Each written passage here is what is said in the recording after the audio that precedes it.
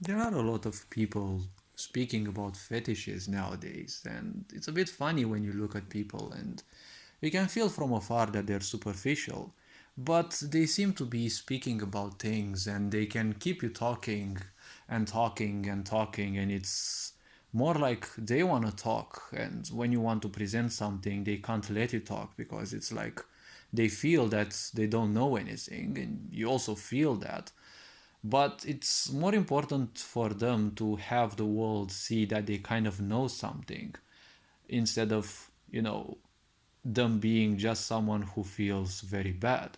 See, there are a lot of people who feel bad and have a low esteem and low impression about them and such.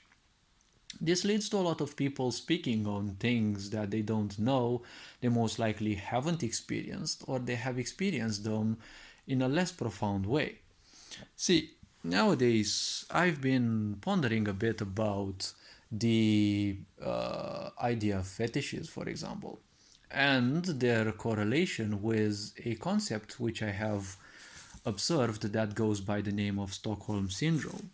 See, when people have a lot of frustrations, a lot of these stem from abandonment, a feeling of abandonment, and well, not being given the nurturing and attention that any of us needs because we are social beings.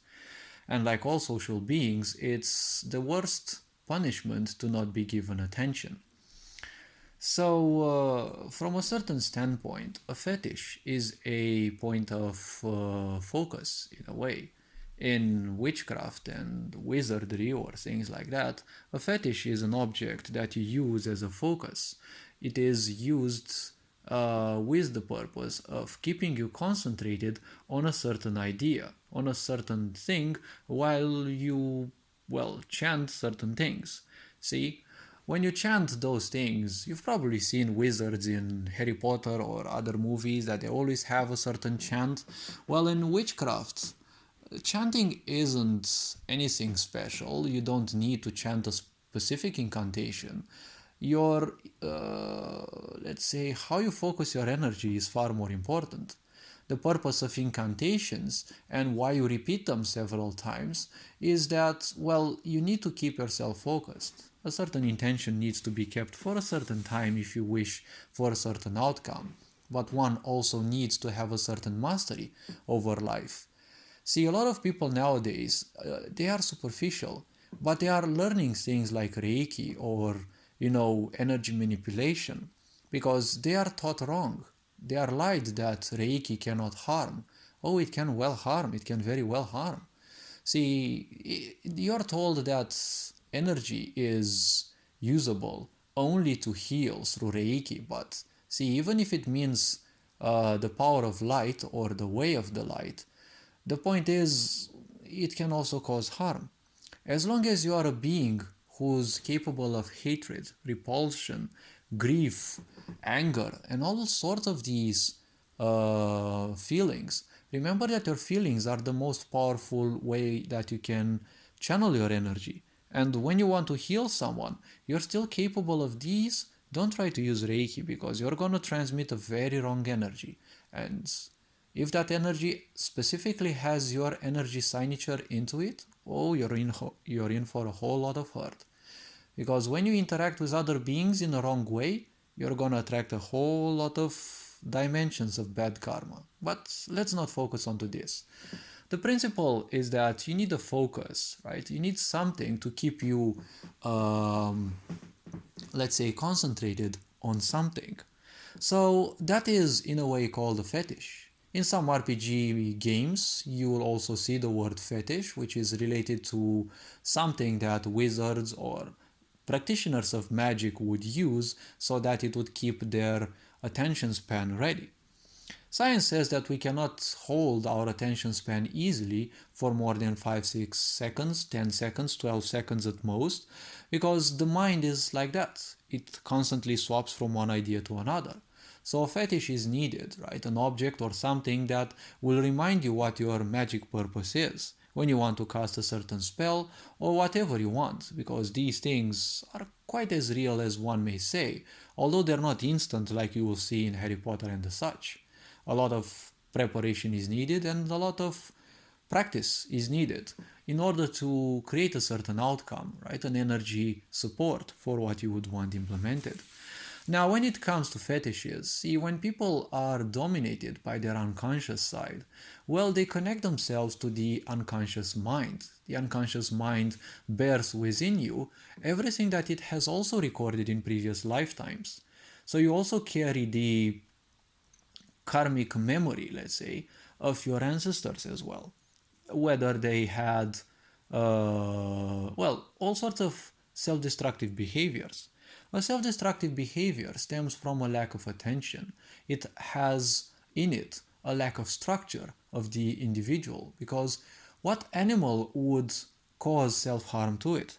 If you take a parrot, for example, any species, and you keep it in a cage and you don't give it its own attention, you will see that it will start harming itself. It will strip its own feathers, it will do all sorts of things, because it is expecting that someone will come in and save them.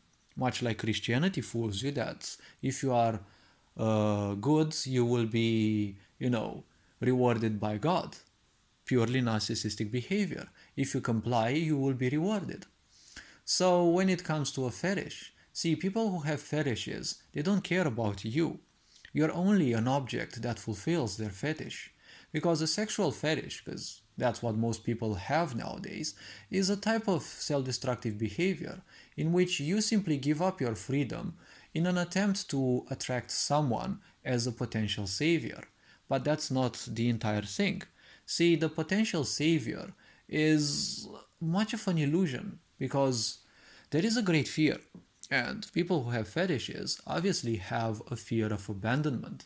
This fear of abandonment is the true problem, and they constantly seek ways through which it can be bypassed. Because when people live by fetishes and the unconscious mind, they cannot undertake responsibilities to make their life better, so they only live in the repetitive cycles that have been done by their ancestors, because by having been done repeatedly by many others before them and even them in their own life, well, the point is, it is a very concentrated memory and it feels very safe to do the same thing again and again, which keeps you actually trapped.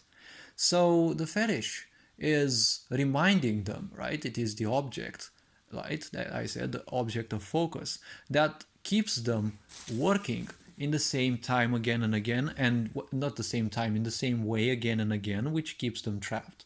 But the reason why they are doing it is because of the fear of abandonment. So they're not trying to tackle you or the individual whom they are willing to experience those fetishes with. They are trying to tackle the fear of abandonment, and getting into destructive behaviors is a way of Stockholm syndrome, right? It is a way through which they want to negotiate their way out of that pain, out of that fear, out of that abandonment, and they seek someone who is capable of understanding beyond, their capable fear. It's like a machine that's blocked and it's constantly waiting for someone to reboot it and fix its software and or hardware problems. So the point is, people who have fetishes, they don't care much about you, because if they want to experience a certain fetish without you, well, it's easy. If they find someone who can offer them greater pleasure than you can, well, most likely you will be discarded. Or you will be still kept, under the guise of we can still be friends, aka you're on the sidelines, and if things go wrong with their main line of action, well, most likely they will come back to you. So a fetish is an object of focus, which keeps them trapped in this case, because you can use a focus to improve yourself. You can use a focus to weaken yourself, just like, for example, when you unconsciously use things, right, to change your state of awareness, like when you use video games to distract yourself and such, right? And all sorts of these things. Or you can use such a thing to weaken others by having them become desperate or obsessed with those.